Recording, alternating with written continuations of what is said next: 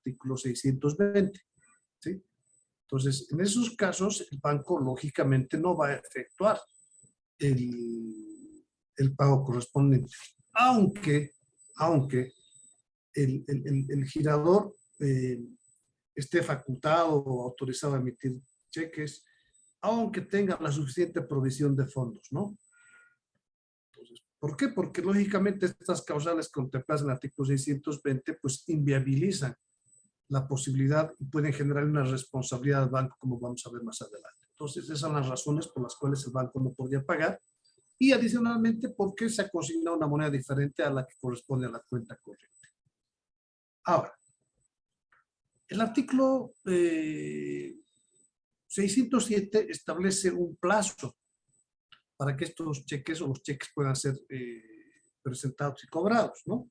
Tenemos 30 días cuando son emitidos en territorio nacional y 3 meses cuando son del extranjero. Ahora, ¿qué pasa? Y esto suele ocurrir también, ¿no? ¿Qué pasa cuando el cheque no es cobrado en este plazo? ¿Qué se puede hacer? Entonces, la opción que nos otorga el ordenamiento jurídico es de que el cheque puede ser revalidado, ¿sí?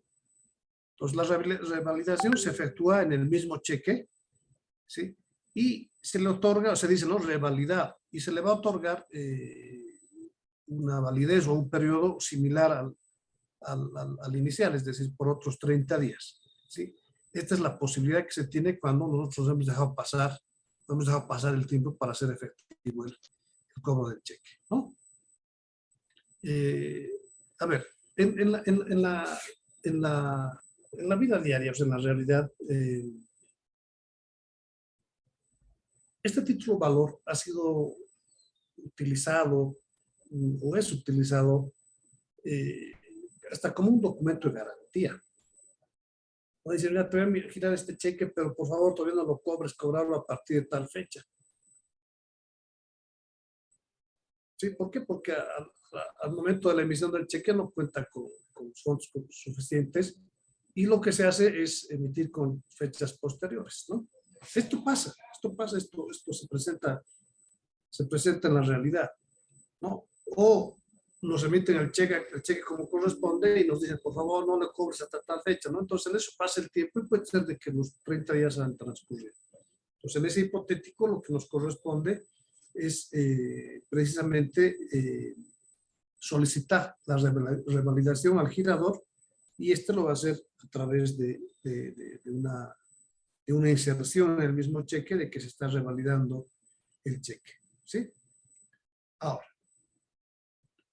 puede ser, como ya habíamos visto en la anotación precedente, que el banco se niegue a cubrir el importe del cheque, ¿no? ¿Sí? O no haga por lo menos un ofrecimiento parcial al que se refiere el artículo 609 del Código. Entonces, cuando esto ocurra, o sea, el banco se va a obligar a resarcir a ese tenedor final del cheque por los daños y perjuicios que le pudiese ocasionar debido precisamente a esta negativa, ¿no? Pues aquí estamos hablando de ¿qué? De que el girado, es decir, del banco, se haya obligado a resarcir los daños que pueda causarle al tenedor, ¿sí? Cuando éste no quiera o no haga efectivo el pago del importe correspondiente, ¿sí? Claro, ¿y cómo podríamos entender? Pues podríamos entender como un girador no aceptante, ¿verdad?, del título valor, ¿sí? Ahora, el tenedor del cheque tiene un derecho ya implícito a partir de ese título valor y por consiguiente se encuentra facultado para exigir el cumplimiento o que se le entregue el importe consignado en el mismo, ¿no?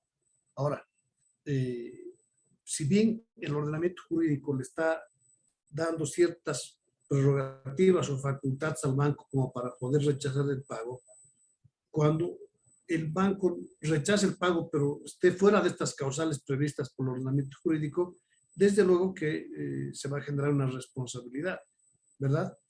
Y le corresponde, como en todo ámbito de la vida, resarcir por los daños que pudiesen devenir emergentes de esta falta de aceptación, que la podemos entender así, o esta falta de pago, ¿no?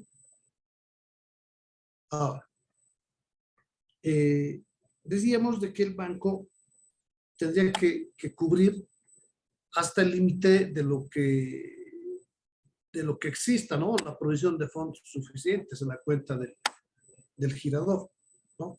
Pero esto estará sujeto o estará vinculado a una aceptación por parte del tenedor final. Es decir, quien puede aceptar un pago parcial va a ser precisamente el tenedor final del cheque, quien además, si acepta esta circunstancia, tendrá que firmar un recibo, ¿verdad?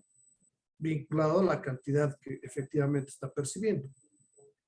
Ahora, aquí hay un detalle. Cuando ocurre aquello, no es que el cheque se va a quedar en poder del banco, ¿no? El banco tendrá que hacer constar en este título de valor, en este documento, en este formulario, tendrá que hacer constar que está realizando un pago parcial, ¿sí? Esto a efecto de que el tenedor final del cheque pueda iniciar o realizar las acciones que correspondan por esa diferencia de pago que pueda estar pendiente, ¿no? O sea, ¿qué significa? Si el banco me dice, bueno, no hay suficiente cantidad de fondos, te voy a pagar tanto, puedo aceptar. Puedo aceptar. Ahora yo digo, dadas las condiciones o características de lo que se persigue a través de este título de valor, pues a lo mejor uno se vea en la necesidad o vea por conveniente decir, bueno, te voy a aceptar un pago parcial. Te voy a firmar un recibo por lo que tú me estás entregando efectivamente, pero devuélveme el cheque donde hagas constar el importe que me estás entregando, de modo tal que yo pueda acreditar hacia adelante la existencia de una diferencia a través de una acción legal que el ordenamiento jurídico me franquea, ¿no? Ahora, yo les decía, esto se utiliza mucho como un instrumento de garantía. Y les comento que el ordenamiento jurídico, o sea, no solamente el Código de Comercio regula esto, sino también el Código Penal. El Código Penal reconoce dos figuras. Una que es el giro de cheque en descubierto, es decir, cuando se gira un cheque sin la suficiente provisión de fondos, por un lado, o por otro, el giro defectuoso de cheques, ¿no? A veces se consignan o se cometen errores en el cheque con la finalidad precisamente de imposibilitar su pago, ¿no? Entonces, cuando se demuestran precisamente estos extremos, existe la posibilidad de iniciar ya por otra vía una acción penal en contra del girador, ¿no? O sea, son posibilidades que se las estoy comentando porque es importante también que las consideremos. Ahora, más allá de las discusiones que pueden existir en el ámbito doctrinal sobre si se puede revocar o no el mandato contenido en un cheque, lo cierto es que en nuestro ordenamiento jurídico se establece que mientras no haya transcurrido el plazo para la presentación del cheque, ¿sí? La persona que ha emitido, es decir, el girador, no puede revocarlo, es decir, no puede decir al banco no se pague este monto, porque de ser así estaríamos afectando, ¿verdad?, los derechos de este tercero, de este beneficiario, de este tenedor final. Y podría constituirse un mecanismo como para decir, bueno, yo te debo tanto si te pago, emito el cheque y luego llamo al banco y digo, por favor, no se pague este cheque, ¿no? No, bueno, salvo las circunstancias que leíamos en el numeral 5, creo, o cuarto del artículo 620, cuando haya podido mediar violencia, presión, coerción, etc. sobre el girador, ¿verdad? Pero en todo caso, no se encuentra el girador facultado a revocar ese mandato contenido en el título de valor, ¿verdad? Salvo, reitero, esa causal que pueda estar prevista en el artículo 620. ¿Sí? Lo que significa que cuando se emite un cheque, este cheque va a tener toda la validez y va a poder ser presentado por el tenedor final dentro del plazo previsto. Después de ese plazo recién podrá el girador decir no se pague este cheque y tendrá que acreditar y justificar las causales por las cuales está tomando esa determinación. ¿Sí? O sea, primero, no puede revocar ese mandato de pago, ¿sí? Pero si concurriesen después a la fecha de vencimiento alguna de las causales, podrá dar aviso correspondiente al banco. Ahora, ¿qué pasa si el girador del cheque, es decir, quien ha emitido el cheque, muere o es declarado incapaz, pero con posterioridad haber emitido el cheque o haber girado el cheque? ¿Sí?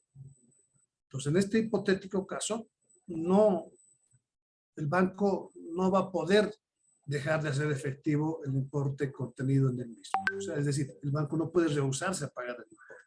¿Por qué? Porque mientras estaba en vida o estaba bien o se había declarado su interdicción, es que alguna causal sobreviviente, alguna incapacidad, es que el girador emite el cheque, ¿no? Entonces, el derecho contenido en el mismo tiene que hacerse efectivo.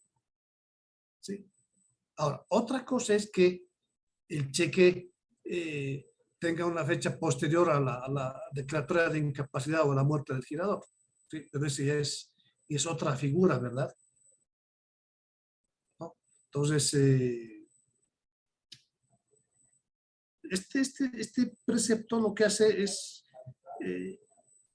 prever y regular esa relación que existe entre quien está emitiendo el cheque, por un lado, o sea, quien está librando el cheque por un lado, y por el otro, el banco, ¿verdad? Sino que, como este cheque además contiene o representa o debe guardar relación con lo que es la fe pública en todos los casos, no se pueden afectar los intereses de los terceros, o sea, quienes hayan actuado de buena fe, ¿verdad? Ahora, es por esto que, independientemente de esa incapacidad o de esa muerte, no se va a afectar la validez del contenido de ese título de valor y por consiguiente del derecho del tenedor o beneficiario del mismo. ¿Sí? Esto es importante porque podríamos generar o dejar en situaciones difíciles a las personas que han sido beneficiadas con un cheque. Vamos a ver más adelante que lo que podría ocurrir es que, ¿qué pasa si muere? ¿No? ¿Qué pasa si muere? Pero hay herederos, ¿verdad? Hay quienes tendrían que asumir algunas obligaciones. Pero esto lo vamos a ver más adelante. Ahora, si ustedes recuerdan ayer, nuestros compañeros nos han hecho referencia a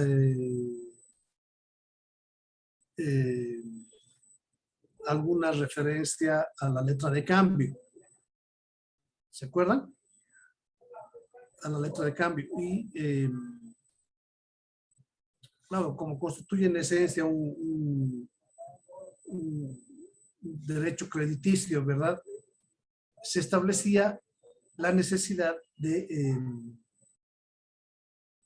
un protesto cuando este no era oportunamente cobrado, ¿verdad?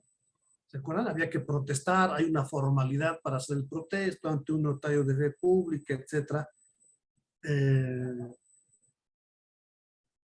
También hablamos de un protesto cuando se habla del cheque, ¿sí? Entonces, en estos casos, y ya no hablamos de la concurrencia o la participación obligatoria de un notario de fe pública. El protesto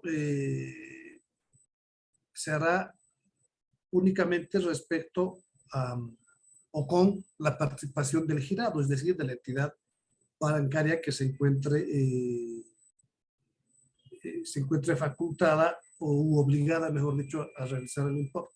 ¿Cómo opera esto?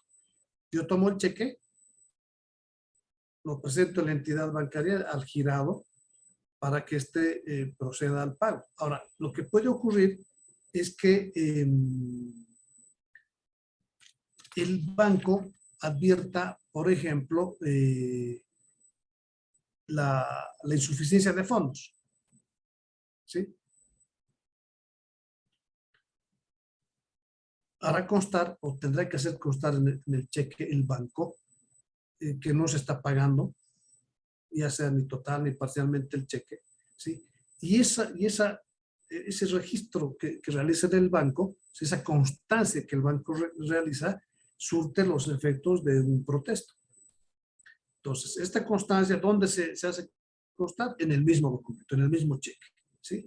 O bien puede ser una hoja adherida al mismo, ¿verdad?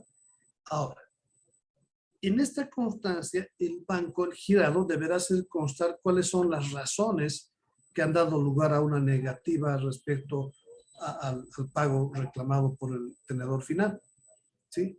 Y deberá consignar adicionalmente lo que constituye la fecha, la hora en la que ha sido debidamente presentado ante el, eh, ante el banco, ¿no? Pues eso equivale ya a un protesto y faculta al tenedor del mismo a iniciar ya las acciones impertinentes, ¿no? O bien nos vamos por una vía civil o podemos, si es que sí concurren las circunstancias, o hacerlo por la vía penal, ¿no? Ahora, un compañero preguntaba qué pasa si se recibe parcialmente el pago. O sea, no vamos a generar, no vamos a hablar de intereses, pero sí, cuando se adopten las acciones pertinentes, hablaremos de los daños y perjuicios correspondientes. Un segundito, por favor.